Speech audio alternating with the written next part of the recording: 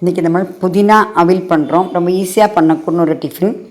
இதுக்கு வந்து கொஞ்சம் கொத்தமல்லி, புதினா, உப்பு, தேங்காய், பச்சை மிளகாய், ஒரு கஷ்டம் இஞ்சி, இது எல்லாமே அரைக்கணும். ஒரு மிக்சியில் இது எல்லாமே போட்டுருக்கோம். புதினா போட்டிருக்கோம். இப்போது கொத்தமல்லி, ஒரு கஷ்டம் இஞ்சி, பச்சை மிளகாய், உப்பு, தேவையான உப்பு, இது எல்லாமே நல்லா தேங்காய் கொஞ்சம் எல்லாமே ஸ்மூத்தாக அரைச்சிடுங்க. காரம் வேணும்னு தோணுறா 2 பச்சை மிளகா போட்டுக்கலாம். இதில் கொஞ்சம் புளியும் வச்சு அரைச்சிருக்கேன். இப்போ எல்லாமே அது அரைச்சதை வச்சுங்கோ.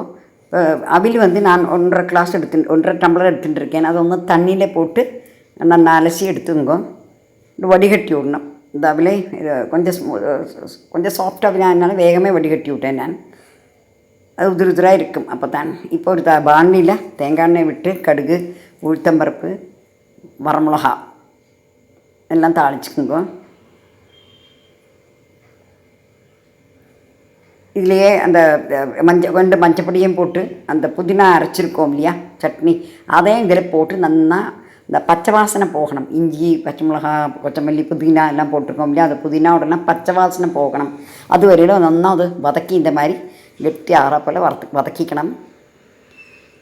இதில் மஞ்சப்பொடி எல்லாம் போட்டிருக்கோம். உப்பு முதல்லே போட்டிருக்கேன். போராட்டம் இதில் போட்டுக்கணும். இப்போ இந்த அவில் எடுத்து வச்சுருக்கிறத இதில் போட்டு கொஞ்சம் போராட்ட தேங்காய் எண்ணெய் விட்டு நல்லா ஒன்று கலரணும். உப்பு பார்த்து போராட்டம் போட்டுக்கணும். இல்லை ஒரு லெமன் பிழிஞ்சு வச்சுங்கோ. இந்த லெமன் விட்டு விடலாம்.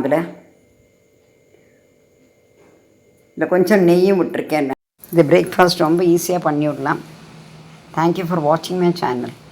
Please subscribe.